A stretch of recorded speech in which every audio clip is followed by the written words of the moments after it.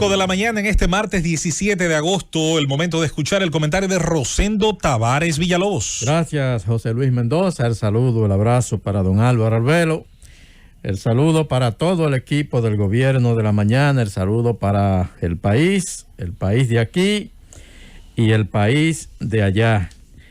Antes de entrar en el tema de Afganistán, que es obligatorio en el día de hoy, ya hemos escuchado, como era de esperarse lógicamente, el enfoque de don Álvaro desde temprano, con todo el conocimiento y su cultura general de décadas, un enfoque extraordinario sobre la problemática de ese país y de lo difícil que resulta salir después que usted entra de un país como ese. Las apreciaciones de José Luis, de Felipe, vamos a hablar un poco de ese tema, pero antes recordar que será mañana cuando el presidente de la República, Luis Abinader, hablará al país para una evaluación, yo diría una evaluación, no un discurso. No se estila que el presidente hable los 16 de agosto. Sin embargo, el presidente Luis Abinader ha decidido dirigirse al país para, como decíamos, una evaluación de las ejecutorias de su primer año de gobierno. Esto debió ocurrir ayer, día 16, pero por las razones climatológicas que han estado afectando al país en las últimas horas, pues se postergó para mañana y así está establecido. Yo entiendo que habrán temas que necesariamente el presidente deberá tocar en esa evaluación, comenzando por la pandemia, la gestión de la pandemia, qué tan exitoso ha sido su gobierno frente a un tema que ha definitivamente diezmado prácticamente al mundo entero, su impacto en la República Dominicana y sobre todo el proceso de vacunación que está entre los más exitosos de América Latina, el de la República Dominicana, la recuperación económica, sobre todo en lo que tiene que ver con el turismo, lo que tiene que ver con el sector zona franca y la recuperación de empleos, que ya se estima que prácticamente todos los empleos que se habían perdido han sido recuperados por la economía dominicana. Y por supuesto, ahí deberá estar también el tema de la educación. ¿Cómo logró el gobierno de Luis Abinader y el Ministerio de Educación, cómo lograron sacar adelante un año escolar que se presentaba sumamente difícil? Un gran reto para el gobierno, cómo conseguir que los estudiantes no perdieran todo lo que era el año escolar 2020-2021. Se articularon una serie de políticas, sobre todo de educación no presencial, educación a distancia.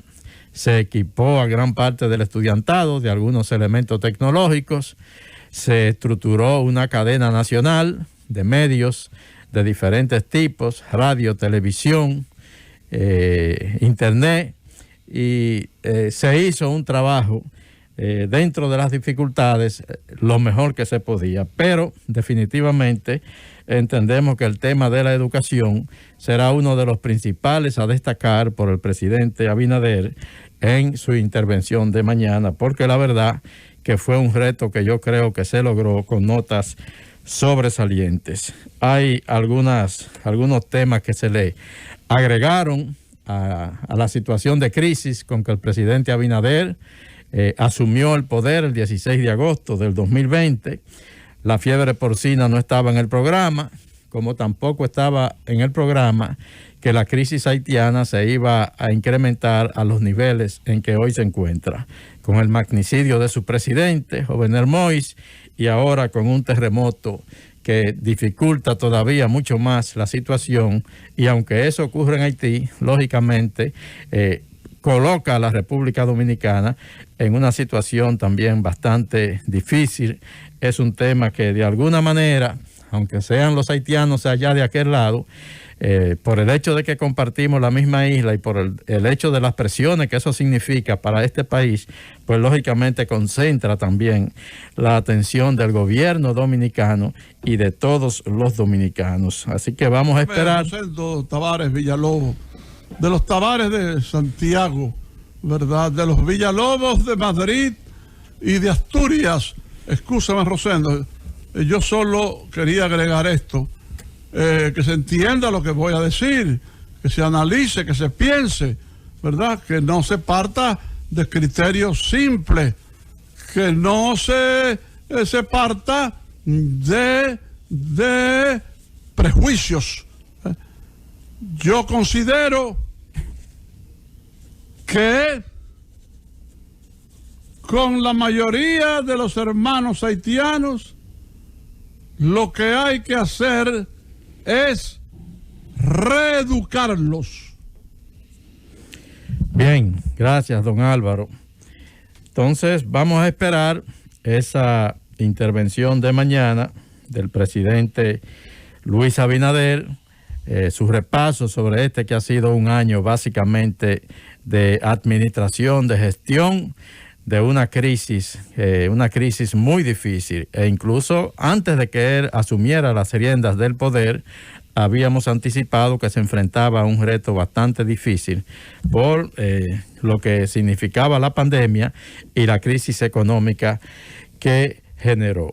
Yo he visto a alguna gente ya sacando conclusiones de que si ha sido un año de que no hubo logro. Yo creo que el balance definitivamente en función de las dificultades tiene que ser, independientemente de que uno no esté conforme, de que por ejemplo se hayan hecho muchos anuncios, se hayan forjado muchas metas que no terminan de cumplirse, algunos proyectos que se han anunciado en todas estas intervenciones del presidente semanalmente en diferentes puntos del país. Yo creo que independientemente de eso, la gestión en sentido general y en función de lo que heredó el nuevo gobierno es una gestión definitivamente más positiva que negativa. Eso creemos nosotros sobre ese tema.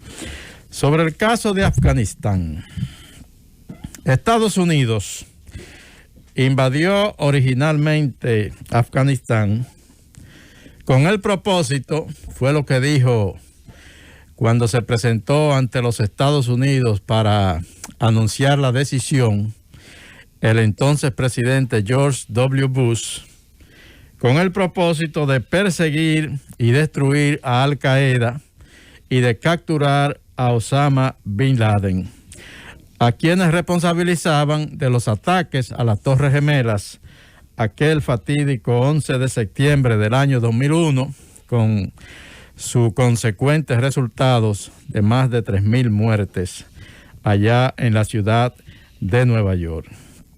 Según expresó en esa ocasión el presidente Bush, al momento del anuncio, la decisión de Estados Unidos, bueno, pues de intervenir a Afganistán, ese país asiático, enclavado allá en la zona del Medio Oriente, era porque supuestamente Afganistán se había convertido en un refugio para terroristas protegidos por el gobierno de el Talibán. Estados Unidos, recordamos perfectamente todo aquel proceso, antes de que los aviones y los helicópteros comenzaran a sobrevolar el territorio afgano y de que las bombas comenzaran a caer sobre las lomas de Afganistán, en la que se suponía se guarecían los guerreros de Al Qaeda. Bueno, pues definitivamente Estados Unidos decidió acometer esa tarea. Entonces, le exigió a los talibanes, el presidente Bush y la Casa Blanca, le exigían a los talibanes que entregaran a Osama Bin Laden, que lo extraditaran a Estados Unidos. Los talibanes solicitaron, exigieron evidencias claras de que realmente Osama Bin Laden y Al Qaeda eran los responsables de los atentados al 11 de septiembre y no lo quisieron extraditar. Estados Unidos consideró eso, claro, fueron todos argumentos, porque la decisión de invadir Afganistán tenía también otros propósitos, sobre todo la defensa de intereses de Estados Unidos en esa región. Entonces, al caer, los talibanes que gobernaban Afganistán se negaron a la extradición de Al Qaeda y Estados Unidos consideró los argumentos que ellos presentaban como tácticas dilatorias para no complacer esa petición. Y entonces, el 7 de octubre del 2001, bueno, pues se lanzó la denominada Operación Libertad Duradera. Estados Unidos invadió Afganistán el 7 de octubre del año 2001, aproximadamente un mes después del atentado a las Torres Gemelas. Operación Libertad Duradera. Ese fue el primer error de cálculo. Invadir y tratar de establecer en un país como ese una libertad duradera, una democracia al estilo occidental. Ahí comenzó el error, entrar con ese propósito. El segundo error fue la manera de salir de ese país, que es lo que ha ocurrido en las últimas horas y en lo cual hubo definitivamente un error de cálculo por parte del presidente Joe Biden y de la Casa Blanca.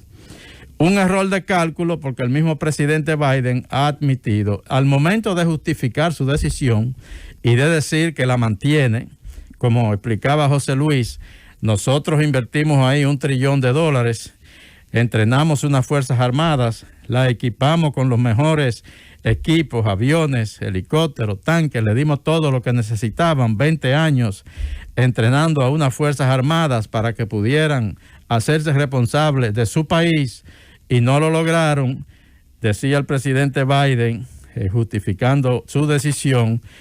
¿Qué nos dice a nosotros ahora que un año más, 5 años más, 20 años más pueden garantizar que las cosas no terminaran como han terminado? Ahora, él sí reconoce lo que fue el error de cálculo. Nunca pensó que en tan pocas horas, porque se estimaba que, bueno, los talibanes pueden hacerse del poder otra vez en Afganistán, por eso va a tomar varios meses. Nunca se calculó que en tan pocas horas, antes de que los Estados Unidos incluso lograran sacar a todo su personal diplomático y al personal afgano que le sirvió de apoyo durante sus años en esa nación, e incluso todavía con muchos efectivos de las Fuerzas Armadas en territorio afgano, ya los talibanes no solo iban a estar avanzando sobre gran parte del país, sino que iban a estar entrando al Palacio Presidencial en Kabul y apoderándose totalmente del poder. Excúsame que te interrumpa de nuevo. Lo que pasa es que ahí no había un ejército afgano, un ejército trabajando para el gobierno de ese presidente que agarró un avión y salió huyendo, ¿verdad? Bueno, Jarir. Entonces lo que te quiero decir es que no había un ejército de hombres dispuestos a jugársela por su país, de hombres dispuestos a enfrentar la intervención, de hombres dispuestos a enfrentar a los terribles talibanes. Por lo tanto, ¿verdad? Estados Unidos, desde el primer momento, a pesar de gastar $3 trillones de los cuartos de los impuestos, no tenía ninguna seguridad de que un ejército afgano hiciera causa común con ellos para combatir a los talibanes. Así mismo, don Álvaro, por eso dice Biden ahora, si ellos no fueron capaces de luchar y defender su país, bueno, pues no hay razón para que jóvenes norteamericanos continúen muriendo en Afganistán por una guerra, que ni siquiera ellos mismos, pues supieron defender. ¿Qué le queda a Biden como un punto positivo en medio de toda esta controversia que se le ha armado? Porque definitivamente el hecho de que los talibanes se apoderaran del poder de manera prácticamente estrepitosa le ha generado a él un gran problema, sobre todo de lo que fue su apreciación. Bueno, pues que el estamento militar norteamericano insistía en que había que salir de la guerra y en que la gran parte de la población estadounidense, demostrado por todas las encuestas, entendían que no había razón para seguir allí, mucho menos para enviar nuevas tropas, y entonces sería como recomenzar otra vez esa guerra. Eso le queda como beneficio y como argumento para él casi defenderse. nada, diría yo, Rosendo Tavares Villalobos, casi nada. El apoyo de los jefes militares, que habían señalado varias veces, habían repetido que era necesario salir de Afganistán, que ya Estados Unidos no buscaba nada en Afganistán, que era un matadero, y entonces ese apoyo de ellos, y después lo que reveló la última encuesta del apoyo popular a la decisión de Biden, algo muy lógico, porque esos que hablaron y opinaron así tienen familiares, amigos, etcétera, que murieron en Afganistán, o que si hubieran seguido allí iban a morir. Eso es así, don Álvaro. El apoyo militar y el apoyo de la población le sirvieron a él de base, pero como él lo expresaba anoche, lo que no esperaba yo era que sucediera tan rápido que los talibanes se apoderaran del poder. Llévatelo, Cundo.